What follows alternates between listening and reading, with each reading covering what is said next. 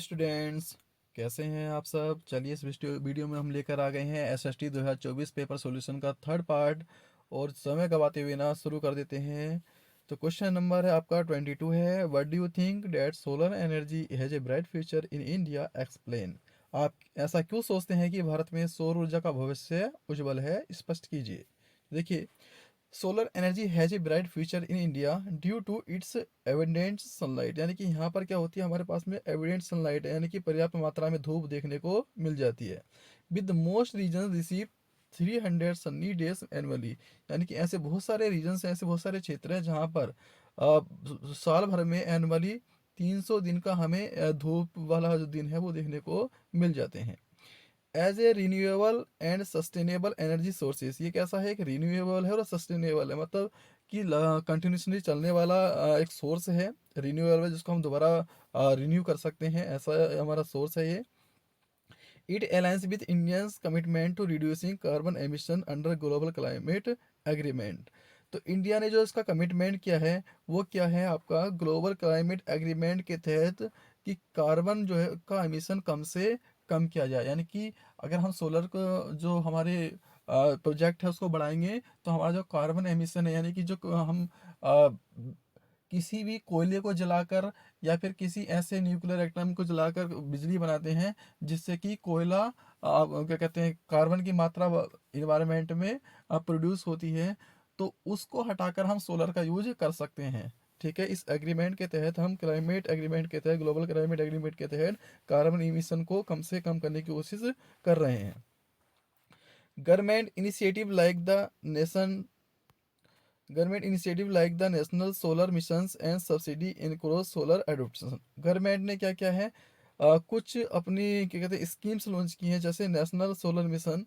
ठीक है, इस पर क्या कहती है कि आप सोलर को अपनाने पर हमको वो सब्सिडी भी देती है, यानी कि हमको एनकरेज प्रोत्साहित करती है कि आप अगर सोलर मिशन के तहत अगर सोलर पैनल लगवाएंगे तो हमको सब्सिडी भी मिलेगी। The declining cost of solar panel air Advancements in technology make solar power more affordable and efficient. The declining cost of solar panel, यानी कि सोलर पैनल की घटती कीमतें, या क्या कह सकते हैं डिक्लाइनिंग कॉस्ट या घटती कीमतें, एंड एडवांसमेंट इन टेक्नोलॉजी, और टेक्नोलॉजी में एडवांस हो जाना, टेक्नोलॉजी का एडवांस हो जाना, टेक्नोलॉजी में सुधार हो जाना, make solar power more affordable, जो कि सोलर पावर को बना देता है मोर अफोर्डेबल एंड इफिशियंट, यानी उसको इफिशियंट और अफोर्डेबल बना देता है, यानी कि सभी की पहुंच में आ जाए और अधिक से अधिक ये काम कर सके।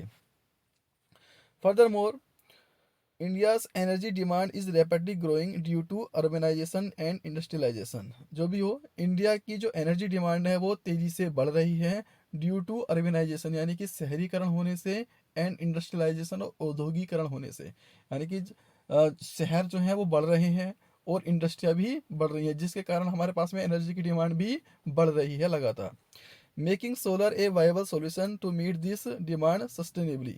इस डिमांड को जो हमारी लगातार बढ़ रही है, इसको पूरा करने के लिए हमें क्या करना पड़ेगा, हमारे पास एक सोलर एक सॉल्यूशन है, यानी कि अगर आप सोलर पैनल का यूज करेंगे तो ये हमारे पास में इस एनर्जी की डिमांड को पूरा करने का एक सॉल्यूशन बनता है।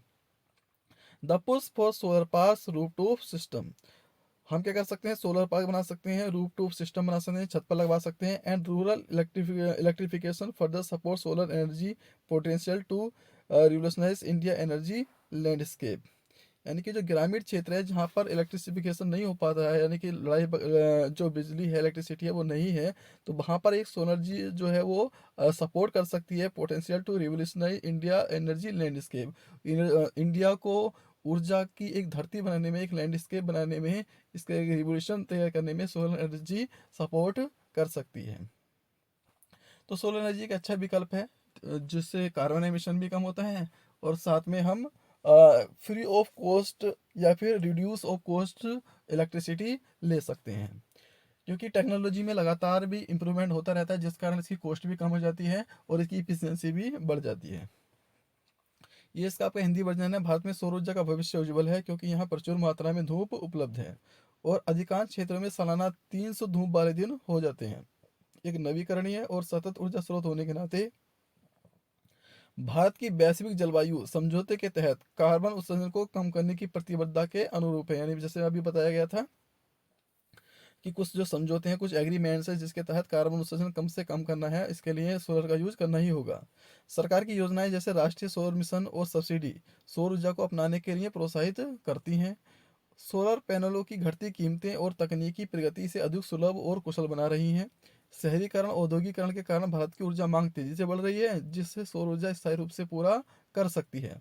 सोलर पार्क, छतों पर सोलर सिस्टम और ग्रामीण विद्युतीकरण से इसका महत्व और भी बढ़ रहा है। तो जहाँ पर हमारे गाँव में भी जहाँ पर विद्युतीकरण नहीं है, वहाँ पर भी इसका महत्व है कि हम वहाँ पर सोलर पैनल इंस्टॉल कर सकते हैं। Next question. Point out, point out one features in the practice of federalism in India that is similar to and one feature that is different from that of Belgium.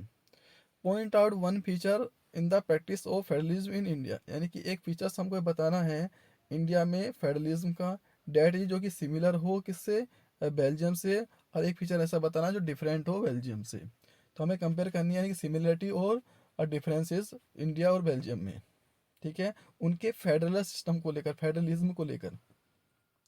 तो भारत की संघीय व्यवस्था में Belgium से मिलती जुलती एक विशेषता और उससे अलग विशेषता को बताइए। तो देखिएगा, सिमिलर्स क्या है, power sharing between levels of government, यानी कि इंडिया में और बेल्जियम में दोनों में ही पावर को शेयर किया गया है, ठीक है। Both India and Belgium follow A federal system, यानी कि इंडिया और बेल्जियम दोनों ही क्या करते हैं, हमारे एक फेडरल सिस्टम को फॉलो करते हैं। Where power is divided between different level of government, जहाँ पर पावर को अलग अलग लेवल्स पर, अलग अलग डिफरेंस लेवल पर डिवाइड कर दिया गया है, बांट दिया गया है। इन इंडिया, भारत में power is share between the central government and the state government, Bharat में जो पावर को शेयर किया गया है वो सेंट्रल और स्टेट गवर्नमेंट में शेयर किया गया है। वाइल इन बेल्जियम, जो कि बेल्जियम में पावर है share between the central government and regional government, जो बेल्जियम में पावर को शेयर किया है वो सेंट्रल और रीजनल, यानी कि जो क्षेत्रीय वहाँ की सरकार होगी उनमें डिवाइड कर दिया गया है। This ensure that different regions और state have autonomy to govern certain matters, ठीक है। ये निश्चित करता है कि जो डिफरेंट अलग अलग क्षेत्र हैं या अलग अलग स्टेट्स हैं, have autonomy to govern certain matter, उनके क्या है कि भाई गवर्नमेंट के जो है वो अलग अलग थोड़े से एक ही तरीके से कुछ मैटर्स हैं, निश्चित हैं, इस तरीके से समझिएगा। दोनों में जो है वो गवर्नमेंट आपकी कुछ लेवल्स में डिवाइड की गई है। डिफरेंट फीचर्स क्या हैं इसके, स्पेशल अरेंजमेंट फॉर कम्युनिटीज, यानी कि कम्युनिटीज के लिए अलग अलग अरेंजमेंट्स हैं, अलग अलग व्यवस्थाएं हैं। In Belgium there is a unique arrangement where community based on language, Dutch, French and German speaking have their own government. Belgium में क्या है, एक अलग तरह का अरेंजमेंट चलता है, वहाँ पर क्या है, जो कम्युनिटीज़ हैं, ठीक है, जो लैंग्वेज के बेस पर जो कम्युनिटी बनी हुई है उनकी अपनी खुद की गवर्नमेंट है to manage cultural and language, जिससे कि वो अपने कल्चर्स को और अपनी लैंग्वेजेस को मैनेज कर सकें, यानी कि इनसे रिलेटेड कोई इश्यू ना हो, तो उनके लिए एक अलग से सरकार बनी हुई है। In contrast India does not have such community based government, जबकि जो इंडिया है वहाँ पर इस तरह की गवर्नमेंट हमको देखने नहीं मिलती है जो कि किसी लैंग्वेज बेस पर हो या किसी, ठीक है। How ever India does provide special provision for state, जबकि जो भी हो कि इंडिया में एक तरीके का स्पेशल प्रोविजन, कुछ विशेष अधिकार दिए गए हैं, प्रोवाइड कराए गए हैं, जैसे कि जम्मू एंड कश्मीर को, जब आर्टिकल आपका 370 नहीं हटा था उससे पहले में। And some northern eastern state, यानी कुछ ऐसे नॉर्थन ईस्टर्न स्टेट थे या जम्मू और कश्मीर था जिसको कुछ विशेष प्रिविलेजेस यानी कि स्पेशल प्रोविजन उनको दिए गए थे। But these are based on regional and historical reason, लेकिन ये जो दिए गए हैं वो कुछ रीजनल के बेस पर, ठीक है, या फिर हिस्टोरिकल कुछ रीजन जो ऐतिहासिक ऐतिहासिक कारण थे उनके बेस पर इनको दिए गए हैं। नॉट लिंग्विस्टिक कम्युनिटी, लेकिन भाषा के आधार पर ये नहीं दिए गए हैं। It's simple terms while both countries share power between level of government, ठीक है, दोनों ही कंट्री अपनी पावर को गवर्नमेंट्स के अलग अलग लेवल में डिवाइड करके चल रही हैं, शेयर कर रही हैं। Belgium give special governance right to language based group, जबकि बेल्जियम में क्या जाता है, एक स्पेशल गवर्नेंस है या सिस्टम है जिससे वो लैंग्वेज बेस्ड ग्रुप को राइट है उनके देने के, मतलब उसके आधार पर उन्होंने गवर्नमेंट बना रखी है, which is not the case in India, जबकि ऐसा कोई केस इंडिया में नहीं है। तो भारत और बेल्जियम दोनों में ही संघीय प्रणाली है, फेडरल सिस्टम है, जहाँ सरकार के, अच्छा संघीय प्रणाली क्या रहता है भाई, फेडरल सिस्टम, ठीक है, जहाँ पर आपके जो गवर्नमेंट है, जो पावर है, उसको अलग अलग लेवल्स में डिवाइड कर दिया जाता है। तो भारत और बेल्जियम दोनों में संघीय प्रणाली है, जहाँ सरकार के विभिन्न स्तरों के बीच शक्ति का बंटवारा किया गया है। भारत में शक्ति केंद्र सरकार और राज्य सरकार के बीच बांटी जाती है, जबकि बेल्जियम में यह केंद्रीय सरकार और क्षेत्रीय सरकारों के बीच में बांटी जाती है। जैसे हमारे यहाँ पर केंद्र सरकार, उसके नीचे क्या रहेगा भाई, राज्य सरकार, उसके नीचे क्या रहेगी, स्थानीय सरकार, जैसे कि लोकल पंचायतें वगैरह होती हैं। तो इनमें कुछ सब में शक्तियाँ बांट दी जाती हैं, ताकि वो अपने अपने स्तर से काम कर सकें। ठीक है, सारा लोड जो हो वो किसी एक गवर्नमेंट पर ना आए। लेकिन जो क्या कह सकते हैं, लेवल में जो सबसे ऊपर होती है वो क्या कहते हैं, नीचे वाली गवर्नमेंट को निगरानी करती रहती है, उसके मॉनिटरिंग करती रहती है कि ये गवर्नमेंट किस तरीके से वर्क अपना कर रही है। तो इसका हिंदी वर्जन है, इसको आप देख लीजिएगा। Next question, state any two differences between the local governments before and after the constitutional amendment in 1992। यानी कि जो कॉन्स्टिट्यूशनल अमेंडमेंट हुआ था 1992 में, उससे पहले और उसके बाद में क्या क्या हमको डिफरेंस लोकल गवर्नमेंट में देखने को मिले हैं। दो डिफरेंस हमको यहाँ पर बताने हैं। तो पहला है हमारा स्ट्रक्चर एंड स्टेटस का ठीक है, before 1992 local government like panchayat and municipalities did not have a uniform structure across the country। यानी कि उनके पास में पहले कोई यूनिफॉर्म स्ट्रक्चर कंट्री में नहीं था। ठीक है, पूरी कंट्री में नहीं था। यूनिफॉर्म स्ट्रक्चर का मतलब यह है कि वो एक रिलेट होकर काम नहीं कर सकते थे। मतलब कि जैसे ऐसे समझ लीजिएगा कि अगर हम स्कूल की बात करें तो स्कूल में प्रिंसिपल हैं, ठीक है, वाइस प्रिंसिपल हैं, टीचर्स हैं। तो ये सभी की क्या है, सब एक दूसरे रिलेट हैं और सभी का अपना अपना काम है, एक सिस्टमेटिक तरीके से काम हो रहा है। वैसे उस समय पहले 1992 से पहले ऐसा नहीं था। The formation and functioning were mostly decided by the state government. Formation and functioning यानी कि जो कार्य, जो फंक्शन है, जो वो कार्य करते हैं या फॉर्मेशन या किसी सरकार को बनाते हैं, वो अधिकतर स्टेट गवर्नमेंट द्वारा डिसाइड होते थे, making them weak and inconsistent, जो कि उनको बहुत कमज़ोर बना सकते थे। जबकि आफ्टर 1992 के बाद में 73 एंड 74 कॉन्स्टिट्यूशनल अमेंडमेंट हुआ। इस कॉन्स्टिट्यूशन अमेंडमेंट ने स्टेटस टू लोकल गवर्नमेंट, यानी कि एक लोकल गवर्नमेंट को एक स्टेटस दिया, एक यूनिफॉर्म स्ट्रक्चर दिया टू पंचायत राज, है ना, एक यूनिफॉर्म स्ट्रक्चर प्रोवाइड किया पंचायत राज के लिए इन रूरल एरिया, ग्रामीण क्षेत्रों में, and municipality in urban area, यानी कि शहरी क्षेत्रों में उन्होंने म्यूनसिपालिटी को प्रोवाइड किया। ठीक है, वाज स्टेब्लिश अक्रॉस इंडिया, जो कि अभी भी क्या है, पूरी इंडिया में स्टेब्लिश हो रखा है। पहले सिस्टमेटिक नहीं था, यूनिफॉर्म स्ट्रक्चर नहीं था और आफ्टर 1992 में क्या हो गया, यूनिफॉर्म स्ट्रक्चर हो गया। जैसे कि अगर कोई रूरल एरिया है तो वहाँ पर क्या है, पंचायती राज है। अगर कोई अर्बन एरिया है तो वहाँ पर म्यूनसिपालिटीज़ है। ठीक है, तो ये था स्ट्रक्चर एंड स्टेटस की बात। अब नेक्स्ट है आपका इसमें power and responsibilities. Before 1992 local government had limited power. 1992 में लोकल गवर्नमेंट के पास में कुछ लिमिटेड पावर ही थी, and often dependent on the state government for fund. और वो फंड के लिए जो थी वो पूरी तरीके से अपना स्टेट गवर्नमेंट पे डिपेंड रहती थी।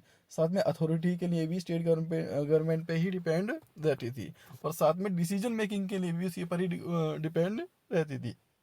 कुछ खास पावर लोकल गवर्नमेंट के पास में नहीं थी। They were not directly accountable to the people. ठीक है, वो अपने सीधे किसी भी पीपल को अकाउंटेबल नहीं कर सकते थे।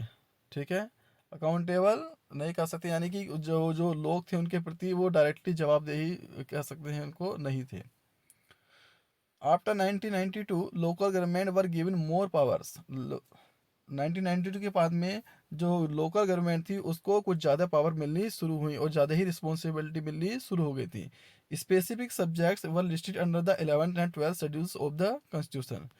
कुछ स्पेसिफिक सब्जेक्ट विशेष कुछ विशिष्ट प्रकार के कुछ क्या कहते हैं विषय हैं, जो कि 11th and 12th schedule of the constitution में आपके लिस्टेड हैं, उसमें लिखे गए हैं। empowering them to manage local development issue like health, education and water supply, जिसमें लिखा हुआ है कि जो हमारे लोकल गवर्नमेंट है वो कुछ लोकल डेवलपमेंट कर सकती है, हेल्थ में कर सकती है, एजुकेशन में कर सकती है और वाटर सप्लाई में भी कर सकती है, तो उनको ये पावर दी गई है। Additionally regular election and financial independence were mandated. ठीक है, इसमें ये भी कहा है कि रेगुलर एंड रेगुलर इलेक्शन होंगे और ये फाइनेंशियल पूरी तरह से इंडिपेंडेंस होंगी, वर मैंडेटेड, यानी इनका रेगुलर इलेक्शन होने जरूरी है, फाइनेंशियल इंडिपेंडेंट होना भी जरूरी है। In some simple terms, after the 1992 amendment, local government became stronger, more organized। यानी कि उसके 1992 के बाद में जो लोकल गवर्नमेंट थी वो स्ट्रॉन्ग हो गई थी, मोर ऑर्गेनाइज हो गई थी और मोर इंडिपेंडेंट हो गई थी। पहले पूरी तरीके से डिपेंडेंट थी और उसके बाद में इंडिपेंडेंट हो गई। With clear roles and responsibility, उनके अपने कुछ रोल्स थे, है ना, और उनकी रिस्पॉन्सिबिलिटी भी थी। Unlike the weak and irregular system before, जैसे कि पहले कमजोर और अनियमित सिस्टम था, वैसा 1990 के बाद में नहीं रहा। देखिए यहाँ पर दे रखा है हिंदी में, 1992 से पहले यानी 1992 से पहले स्थानीय सरकारों की देश भर में कोई समान संरचना नहीं थी। उनकी स्थापना और कामकाज राज्य सरकारों पर ही निर्भर थे, जिससे वे कमजोर और असंगठित थी। ठीक है, 73वें और 74वें संवैधानिक संशोधन ने स्थानीय सरकारों को संवैधानिक दर्जा दे दिया। 1992 के बाद में पूरे देश में ग्रामीण क्षेत्रों के लिए पंचायत राज और शहरी क्षेत्रों के लिए नगर पालिकाओं की एक समान संरचना बनाई गई। ठीक है, दूसरा है शक्ति और जिम्मेदारी।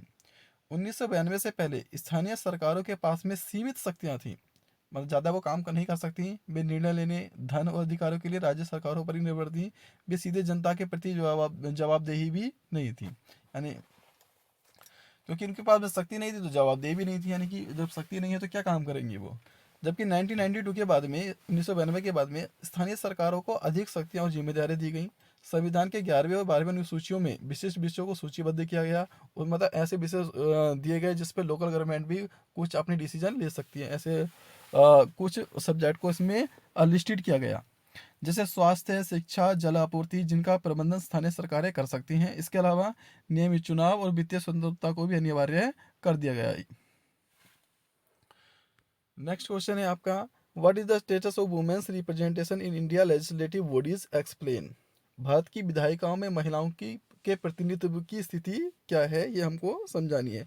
यानी कि यहाँ पर जो हमारी विधायिका है, जो लेजिस्लेचर है, ठीक है, वहाँ पर महिलाओं का रिप्रेजेंटेशन किस टाइप का है वो हमको यहाँ पर बताना है। In India women representation in legislative bodies has been gradually increasing. यानी कि इंडिया में वुमेन्स का रिप्रेजेंटेशन लेजिस्लेटिव बॉडी में इस समय बढ़ रहा है, इंक्रीज हो रहा है। But it still remains low compare to man, लेकिन उतना नहीं बढ़ रहा है जितना कि मैन यानी कि आदमियों का बढ़ रहा है ना। कंट्रीब्यूट तो दोनों का हो रहा है, लेकिन जिस रफ्तार से आदमियों की संख्या बढ़ रही है लेजिस्लेटिव असेंबली में, वैसे आपका वुमेन्स की नहीं बढ़ रही। Women hold a small percentage of seats in both the Lok Sabha, women के पास में and Rajya Sabha houses. Women hold a small percentage, यानी कि लोकसभा में और राज्यसभा में दोनों में ही वुमेन्स का जो सीट का परसेंटेज है वो बहुत स्मॉल है, वो बहुत कम है।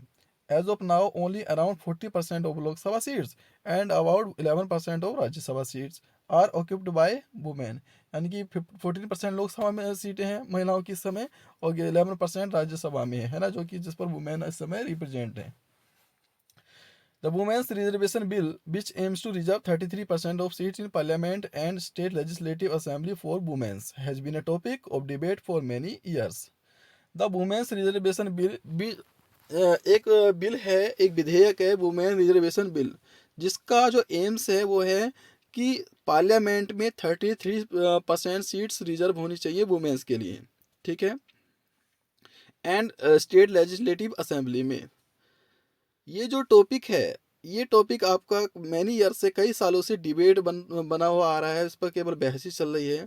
While the bill has been introduce several times, इस बिल को कई बार इंट्रोड्यूस किया गया है पार्लियामेंट में, but it has not been pass yet due to political disagreement. लेकिन ये बिल अभी तक पास नहीं हो पाया क्योंकि सभी लोगों का इस पर एग्रीमेंट नहीं था, सभी लोग इससे एग्री नहीं थे, तो पॉलिटिकल डिसएग्रीमेंट के तहत ये यहाँ पर पास नहीं हो पाया है।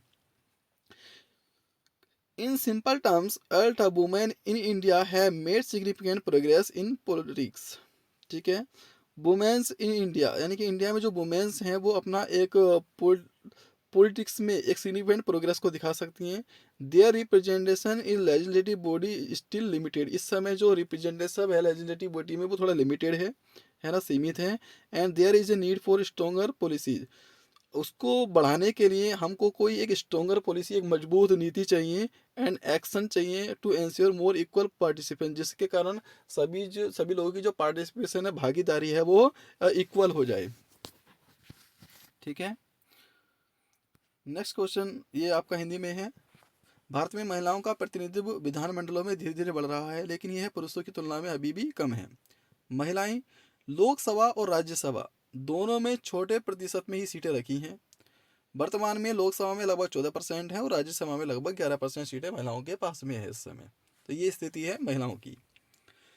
महिला आरक्षण बिल जो संसद और राज्य विधानसभाओं में महिलाओं के लिए 33% सीटें आरक्षित करने का उद्देश्य रखता है, कई वर्षों से चर्चा का विषय बना रहा है। लेकिन जबकि यह बिल कई बार पेश किया गया, लेकिन राजनीतिक असहमति के कारण इसे अभी तक पारित नहीं किया जा सका। साधारण शब्दों में, हालांकि भारत में महिलाओं ने राजनीति में महत्वपूर्ण प्रगति की है, फिर भी विधानमंडलों में उनका प्रतिनिधित्व सीमित है। समान भागीदारी सुनिश्चित करने के लिए मजबूत नीतियों और कदमों की आवश्यकता है, यानी कि ऐसी नीतियाँ बननी चाहिए जो कि कहते हैं जिनका इम्पैक्ट अच्छा हो, जो प्रभावी नीतियाँ हों, जिससे जो रिप्रेजेंटेशन है वुमेन्स का वो बढ़े, है ना। और जो डिसएग्रीमेंट हो रहा था बार बार, पॉलिटिक्स डिसएग्रीमेंट, ऐसी सिचुएशन ना बने दोबारा।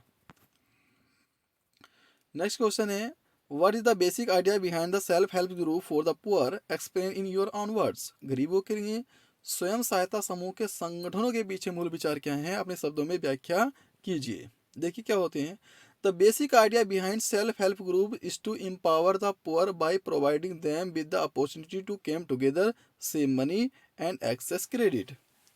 जो बेसिक आइडिया है सेल्फ हेल्प ग्रुप के पीछे वो है एम्पावर द पुअर, यानी कि पुअर लोगों को भी पावर मिलनी चाहिए। By providing them with the opportunity to came together, उनको ये अपॉर्चुनिटी मिलती है कि वो साथ में आए, सेव मनी अपना पैसा बचाएं, एंड एक्सेस क्रेडिट, और क्रेडिट एक्सेस करें, है ना, जो ऋण है वो पाएं। This groups are usually form by 10 to 20 people. ये जो ग्रुप्स होते हैं वो लगभग 10 से 20 लोगों को मिलाकर बनाए जाते हैं।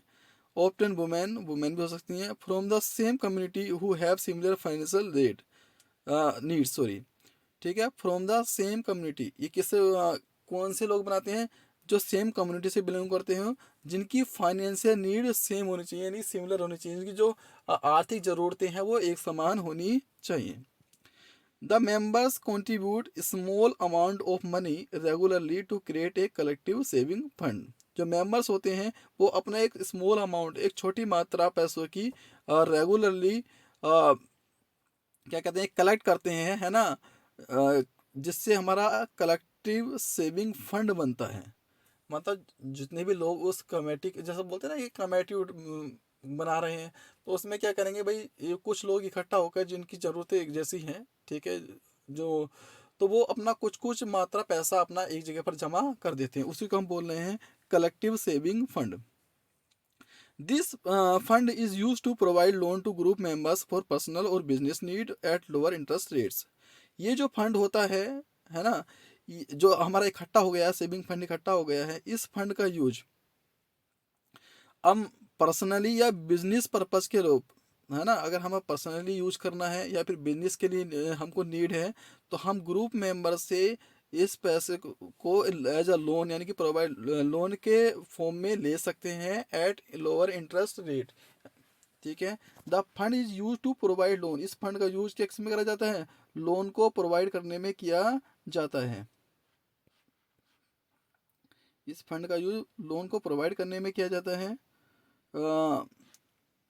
फॉर पर्सनल और बिजनेस नीड, यानी कि पर्सनल के लिए या फिर बिजनेस के लिए, एट लोअर इंटरेस्ट रेट, यानी कि किस पर, कम इंटरेस्ट रेट पर, कम ब्याज दर पर इसका यूज हम लोन के रूप में कर सकते हैं। द मेंबर आर इनकोरेज टू पे back the loan on time. जो मेंबर्स होते हैं वो प्रोत्साहित करते हैं टू पे back the loan on time, यानी कि आप समय पर लोन को बैक कहते हैं रीपे कर दीजिए, है ना। And this help build financial discipline with in group. ये जो सिस्टम है कि भाई समय पर वापस कर देना, समय पर जो लोन्स लिया है वो आप वापस कर दीजिएगा, तो इस तरह के जो एनकरेज्ड है वो ग्रुप के अंदर डिसिप्लिन को बनाए रखने में हेल्प करता है। बिल्ड फाइनेंशियल डिसिप्लिन बनाने में हेल्प करता है, यानी कि डिसिप्लिन आता है, फाइनेंशियल डिसिप्लिन, कि हाँ ये एक कह सकते हैं कि एक ट्रस्ट भी बढ़ता है फिर लोगों पर कि हाँ ले रहे हैं तो ये वापस कर भी रहे हैं, इस टाइप से। एडिशनली SHG यानी कि self help groups provide social support and help in improving the members decision making abilities. इसके अलावा जो SHG ग्रुप्स होते हैं वो प्रोवाइड करते हैं सोशल सपोर्ट, सामाजिक सपोर्ट देते हैं उनको, and help in improving the members decision making ability, और जो लोगों की डिसीजन मेकिंग एबिलिटीज है उसको भी इम्प्रूव करते हैं, यानी कि लोगों की निर्णय लेने की जो क्षमता है जो उसको भी इम्प्रूव करते हैं।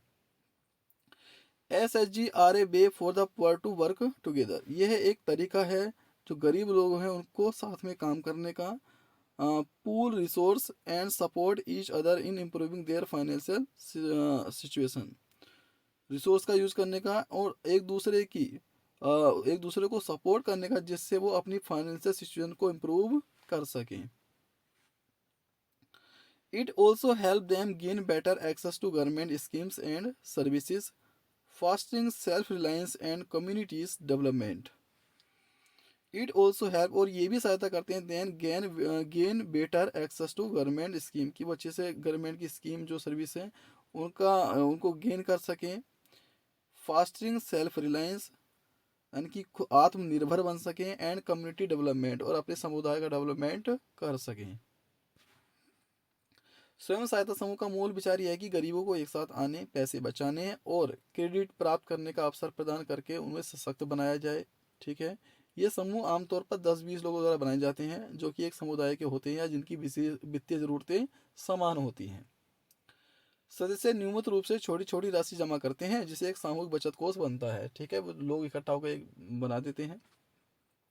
यह कोष समूह के सदस्यों को व्यक्तिगत या व्यापारिक जरूरतों के लिए ऋण प्रदान करने के लिए उपयोग किया जाता है, यानी कि जिसको जरूरत होती है वो उसमें से एज अ लोन पैसा ले लेता है, और यह कम ब्याज दरों पर दिया जाता है। सदस्यों को ऋण समय पर चुकाने के लिए प्रोत्साहित किया जाता है, जिससे समूह में वित्तीय अनुशासन बना रहता है, यानी कि आप ले रहे हैं तो समय पर दे भी दीजिए, जिससे क्या होता है फाइनेंशियल और आपका जो डिसिप्लिन है, जो वित्तीय अनुशासन है वो बना रहेगा। इसके अलावा स्वयं सहायता समूह सामाजिक समर्थन प्रदान करते हैं और सदस्यों की निर्णय लेने की क्षमता में भी सुधार करते हैं। स्वयं सहायता समूह गरीबों को एक साथ काम करने, संसाधन इकट्ठा करने और अपनी वित्तीय स्थिति में सुधार करने के लिए एक मंच प्रदान करते हैं। यह उन्हें सरकारी योजनाओं और सेवाओं तक बेहतर पहुंच प्राप्त करने में भी मदद करता है, जिससे वो आत्मनिर्भर और सामुदायिक विकास को बढ़ावा मिलता है, यानी कि वो आत्मनिर्भर बने और उसका सामुदायिक विकास हो, कम्युनिटी डेवलपमेंट हो। तो ये इस तरीके से सेल्फ हेल्प ग्रुप हमारा काम करते हैं। Next question, what are the difference between formal and informal source of credit, यानी कि फॉर्मल और इनफॉर्मल सोर्स ऑफ क्रेडिट में क्या क्या डिफरेंसेस हैं, ऋण के औपचारिक और अनौपचारिक स्रोतों में क्या अंतर है। तो पहले हम समझ लेते हैं formal sources. Formal sources of credit refers to institutions that are legally recognized and regulated by the government.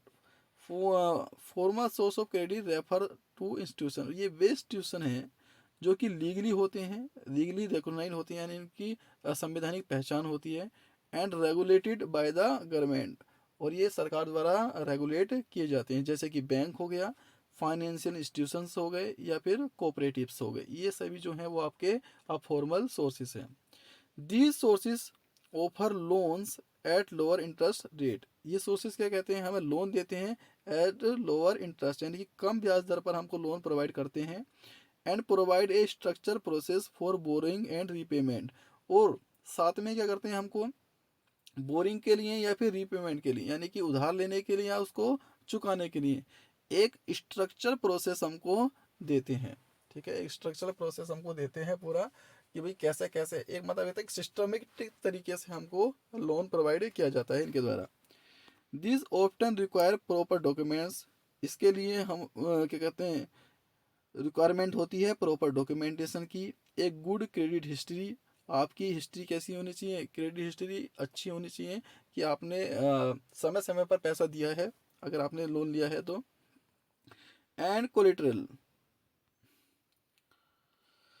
Formal sources are considered reliable and safe. Formal sources जो होते हैं वो रिलायबल माने जाते हैं और सेफ माने जाते हैं because they are regulated by law, क्योंकि वो क्या होते हैं, कानून के द्वारा रेगुलेट किए जा रहे हैं।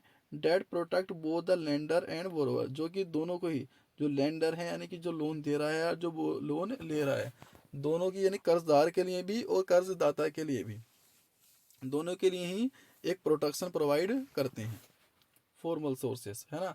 तो डॉक्यूमेंटेशन की जरूरत होती है, सिस्टमेटिक तरीके से काम रहता है इसमें, है ना। हम जब भी ये लोन देते हैं तो प्रॉपर डॉक्यूमेंट लेते हैं, एक अच्छी क्रेडिट हिस्टोरी होनी चाहिए जिसकी आपने समय समय पर लोन चुकाया हो, इस तरीके से। जबकि जो इनफॉर्मल सोर्स होते हैं क्रेडिट के, refer to non institutional lenders, ये क्या होते हैं, नॉन इंस्टीट्यूशनल लेंडर्स होते हैं। वो इंस्टीट्यूशनल होते हैं, नॉन इंस्टीट्यूशनल होते हैं। जैसे कि मनी लेंडर हो गए, such as money lender, friends हो गए, फैमिलीज हो गई, या फिर लोकल ट्रेडर्स हो गए। इन लोगों से जब आप लोन लेंगे तो इनको हम इनफॉर्मल सोर्स में गिनेंगे। These sources do not follow structural legal framework, ये जो सोर्सेज होते हैं वो आपका स्ट्रक्चरल लीगल फ्रेमवर्क को फॉलो नहीं करते हैं। And the terms of the loans may be less clear, और जो टर्म्स हैं, जो शर्तें हैं लोन्स की, वो कम ही क्लियर हो पाती हैं, है ना। वो पूरी तरीके से उसमें अब पता नहीं चल पाता कि भाई क्या क्या शर्तें होंगी इनकी। वो चाहे तो अपनी तरफ से कुछ भी बनाकर आपको कह सकते हैं बाद में। दे में ऑफर क्विक लोन्स, ठीक है, वो हमको आसानी से क्विक लोन उपलब्ध करा देते हैं, बट ऑप्टन चार्ज हायर इंटरेस्ट ले, लेकिन उनका जो चार्ज होता है, जो ब्याज दर होती है वो हायर होती है, वो ज़्यादा होती है। And may not have any formal process for repayment, और उसको रीपेमेंट करने के लिए कोई भी फॉर्मल प्रोसेस नहीं होती है, ठीक है। There is also higher risk involve, इसमें क्या है, ज़्यादा रिस्क इन्वॉल्व है ना इसमें। As there is no legal protection in case of dispute, अगर कोई भी विवाद होता है तो इसमें कोई भी लीगल प्रोटेक्शन हमको नहीं मिलती, संवैधानिक प्रोटेक्शन हमको नहीं मिलती है, ठीक है। तो formal source are government regulated, safe and reliable, while informal source are more flexible but come with higher risk and cost.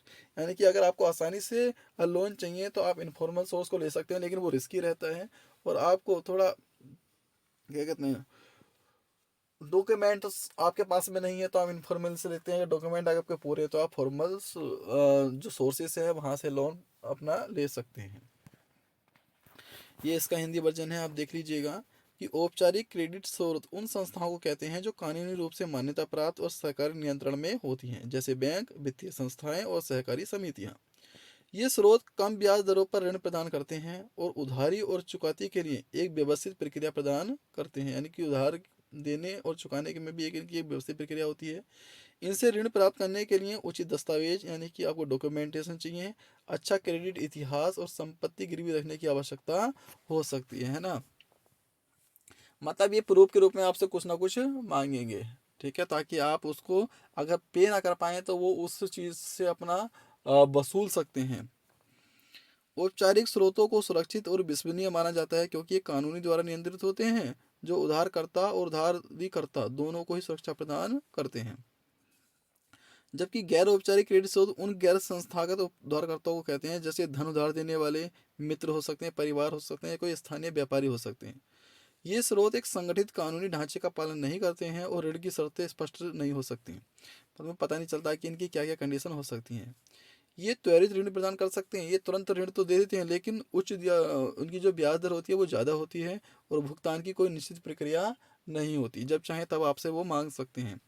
इसके साथ ही अगर कोई विवाद होता है तो कानूनी सुरक्षा का जोखिम अधिक होता है, यानी कि इसमें कानूनी सुरक्षा आपको बहुत ही कम मिल पाती है।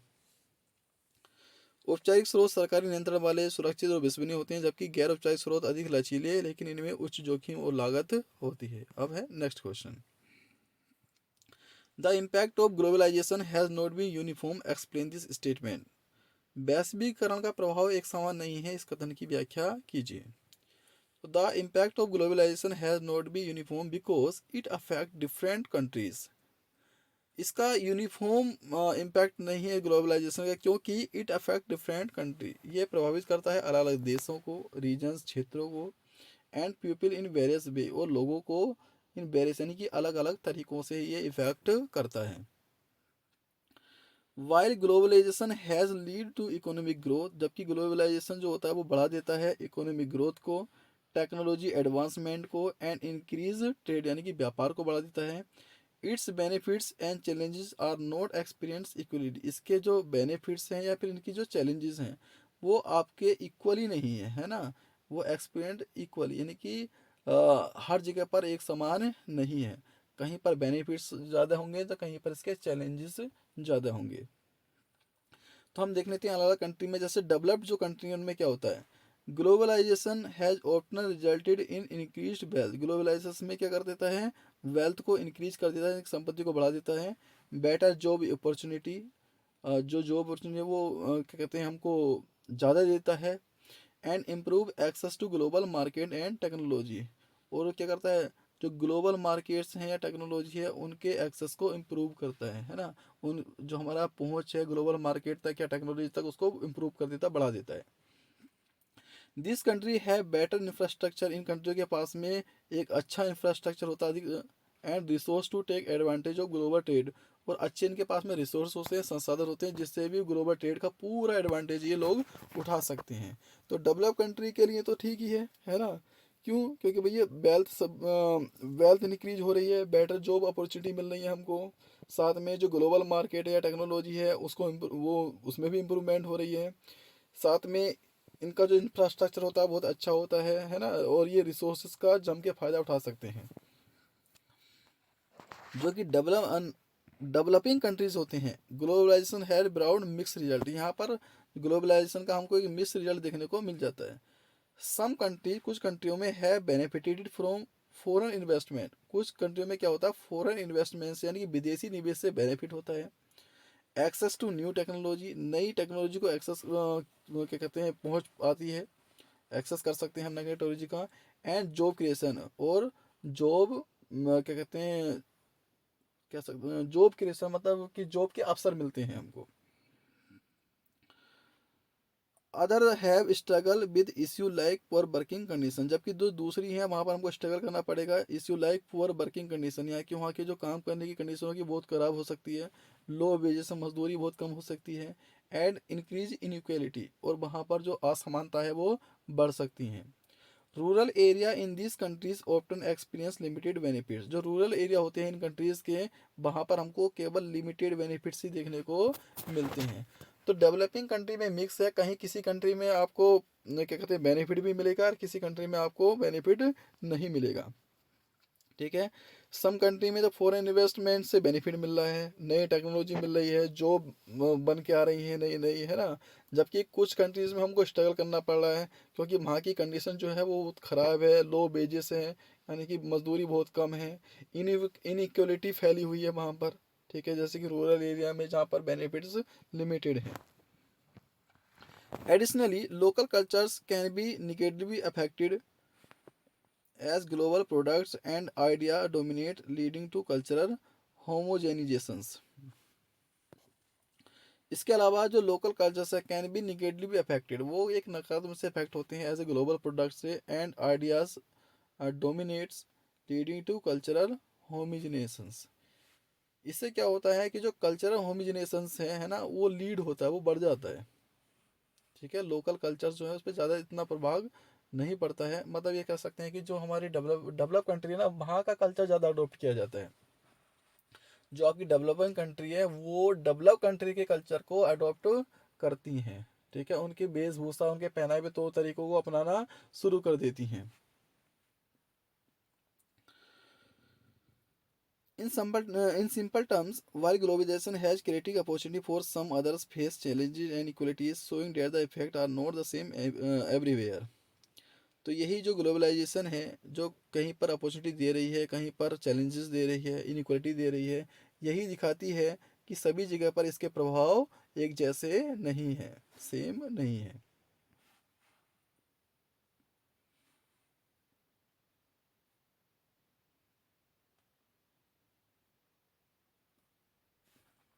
जो इसकी बात करी थी हमने लोकल कल्चर्स की, तो एक मिनट, ये तो इसमें क्या था, निगेटिव इफेक्ट अफेक्टेड रहती है। निगेटिव इफेक्ट मतलब होता है कि ज़्यादा नकारात्मक प्रभाव पड़ता है इन पर, किस पर, global products as global product and ideas पर, जो उनके विचार हैं डोमिनेट हैं उन पर जो है वो आपका निगेटिव इफेक्ट पड़ता है। जैसे हिंदी में देखिएगा, वैश्वीकरण का प्रभाव समान नहीं रहा है क्योंकि ये विभिन्न देशों, क्षेत्रों, लोगों पर अलग अलग तरीकों से प्रभाव डालते हैं। जहां वैश्वीकरण ने आर्थिक वृद्धि, तकनीकी प्रगति और बढ़े हुए व्यापार का मार्ग खोला है, वहीं इसके लाभ और चुनौतियां समान रूप से अनुभव नहीं की जाती, यानी कि सभी जगह पर इसके लाभ और चुनौतियां जो है वो एक जैसी नहीं है। विकसित देशों में वैश्वीकरण ने आमतौर पर आर्थिक समृद्धि, बेहतर नौकरी के अवसर, वैश्विक बाजारों और प्रौद्योगिकी तक पहुंच प्रदान की है। इन देशों के पास में बेहतर बुनियादी ढांचा है और संसाधन होते हैं जिससे वे वैश्विक व्यापार का अधिकतम लाभ उठा सकते हैं। यानी कि वैश्विक व्यापार मतलब वही है कि अगर फॉरेन ट्रेड करेंगे हम, अगर मान लो किसी विदेशी लोगों से अपने माल को खरीदेंगे बेचेंगे तो उससे उनको ज़्यादा लाभ मिलता है। जबकि जो विकसित हो रहे देशों में वैश्वीकरण के मिश्रित परिणाम रहे हैं। कुछ देशों को विदेशी निवेश, नई प्रौद्योगिकी और रोजगार सृजन का लाभ हुआ है, जबकि कुछ देशों को खराब कार्य स्थितियाँ, कम वेतन और बढ़ती असमानता जैसी समस्याओं का सामना करना पड़ा है। इन देशों के ग्रामीण क्षेत्रों में अक्सर सीमित लाभ मिलते हैं। इसके अलावा स्थानीय संस्कृतियों पर नकारात्मक प्रभाव पड़ सकता है क्योंकि वैश्विक उत्पाद और विचार प्रभुत्व स्थापित करते हैं, जिस कारण सांस्कृतिक समानता बढ़ जाती है। जो हमारे वैश्विक उत्पाद और विचार हैं, जैसे मैंने अभी आपको बताया कि भाई हमारी जो डेवलपिंग कंट्री होती हैं वो डेवलप कंट्री के तौर तरीके ज़्यादा अपनाने लग जाती हैं। ठीक है, तो इससे क्या होता है कि जो वैश्विक उत्पाद हैं या फिर जो उनके विचार हैं वो प्रभुत्व स्थापित कर देते हैं, यहाँ पर आकर वो अपना डेरा जमाने शुरू कर देते हैं। यानी कि आप अपना कल्चर छोड़कर उनका कल्चर अपनाना शुरू कर देते हैं, जिसके कारण सांस्कृतिक समानता बढ़ती है। यानी कि जो पहले संस्कृति अलग अलग थी अब वो धीरे धीरे एक जैसी होनी शुरू हो जाती है। ये चेंजेस हमको देखने यहाँ पर मिल जाते हैं। उसके बाद में मैप के कुछ क्वेश्चंस हैं। On the given political outline map of India locate and लेवल two states where the following events happen. यानी कि दिए गए भारत के राजनीतिक रेखा मानचित्र पर दो राज्यों की पहचान करके बताइए जहां पर निम्नलिखित घटनाएं घटी थी। पहला है Indian National Congress sessions was held in December 1920। तो दिसंबर 92 में जो अधिवेशन हुआ था इंडियन नेशनल कांग्रेस का, वो कहाँ पर हुआ था? तो वो हो गया था कलकत्ता में। ठीक है, कहाँ पर हुआ था? कलकत्ता में। दूसरा आपका चंपारण सत्याग्रह मूवमेंट। तो चंपारण कहाँ हुआ था? चंपारण सत्याग्रह मूवमेंट चंपारण में ही हुआ था। ठीक है, बिहार की में एक प्लेस है चंपारण, वहाँ पर ये हुआ था। इनकी लोकेशन में दिखा देता हूँ आपको। देखिए, कलकत्ता जो है वो आपका वेस्ट बंगाल में पड़ेगा, यहाँ पर। ठीक है, ये लोकेशन हो जाएगी इसकी वेस्ट बंगाल में। और जो चंपारण है वो आपका बिहार में यहाँ पर पड़ेगा। ठीक है, ये बिहार में नेपाल के एकदम नीचे यहाँ पर इसको, ये जो इसकी लोकेशन है वो यहाँ पर है इन दोनों की। ये वाला जो है वो आपका क्या कहते हैं 1920 में जो आपका इंडियन नेशनल कांग्रेस सेशन हुआ था उसका है। और जो ऊपर है बिहार में वो आपका चंपारण सत्याग्रह का है। नेक्स्ट है आपका write the name the state where the following are situated. उन राज्यों के नाम बताइए जहाँ निम्नलिखित स्थित हैं। तो पहला है आपका दुर्गापुर लोह और इस्पात कारखाना, Durgapur iron and steel plant, ये कहाँ पर है? ये आपका वेस्ट बंगाल में पड़ेगा। ठीक है, Durgapur iron and steel plant. Moran Hugrijan oil field, ये आपका असम में है, ये वेस्ट बंगाल में है, वेस्ट बंगाल, और ये असम में है सेकंड। हीराकुंड डैम प्रोजेक्ट, ये आपका उड़ीसा में है।